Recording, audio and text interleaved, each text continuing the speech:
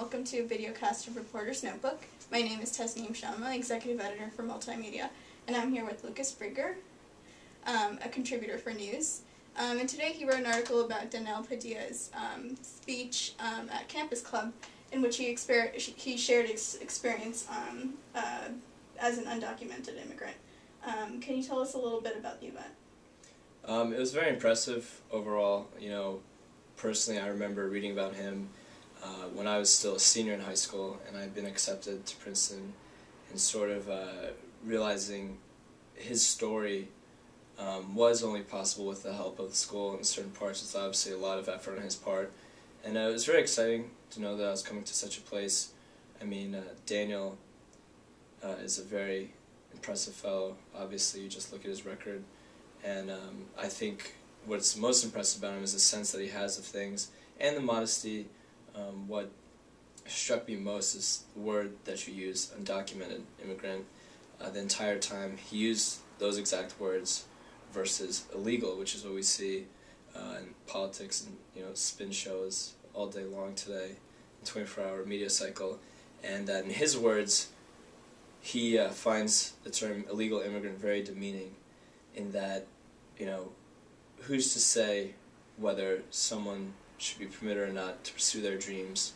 Family thinks that in the U.S. they have a better future for their children. Why should they have to wait? And what Danielle also pointed out was a very arbitrary process at times to wait for legal admission for your papers, that it's not so much a waiting in line as it's all relative. It could take years.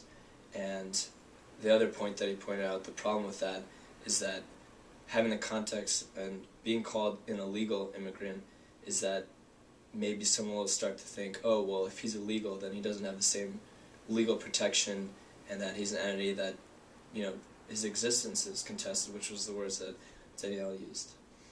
Cool. And he was a classics major here. Can you tell me a little bit about how he related his study of classics at Princeton to being an undocumented immigrant, or right. The current immigration laws? Right, yeah. Well, Danielle mentioned that his reason for wanting to come to Princeton, first of all, he applied early decision here, was that he'd heard great things about the classics department. And, it started, apparently his passion started with finding some book on ancient Athens at one of the shelters that he was at when he was still a young boy. And it just, sprouted this intense fascination with it.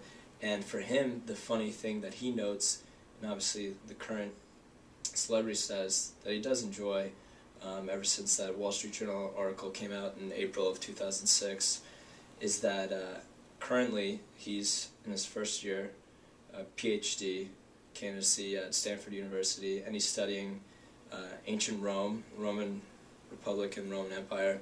And for him, the point that he brought up today was that, xenophobia isn't just a recent development, and that obviously to compare ancient Rome with the world today are two very different things. And yes, in that sense, it is contrasting night and day, except that when you look into the language of that, he speaks 5 languages now, and when he translates the Latin, at the root of these, feelings of against immigrants, against immigration, it's the same one 2,000 years ago and today, and it's this feeling of fear that he found the emotions that sprout xenophobia are very much one and the same, and that people get scared that these undocumented or illegal immigrants, what have you, are taking up limited resources, whether jobs or housing, legal protection, etc. And that's what his research currently centers on. That's really interesting. Was there anything surprising at the event or interesting that you wanted to talk about? Or?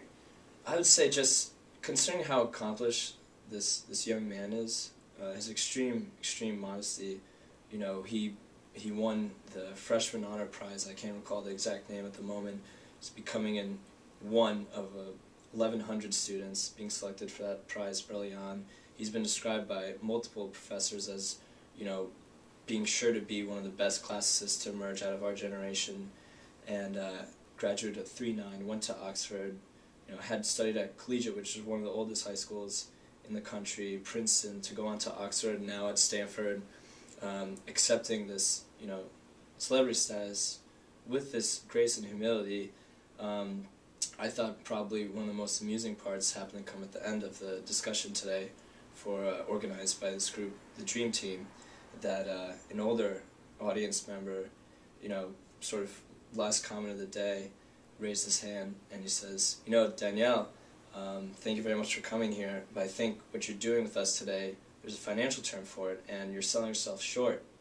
You've earned your major achievements, and it's only come from your hard work, and you should be very proud of yourself, and congratulations. Well, on that note, thank you for joining us, and remember that you can subscribe to Reporter's Notebook on iTunes.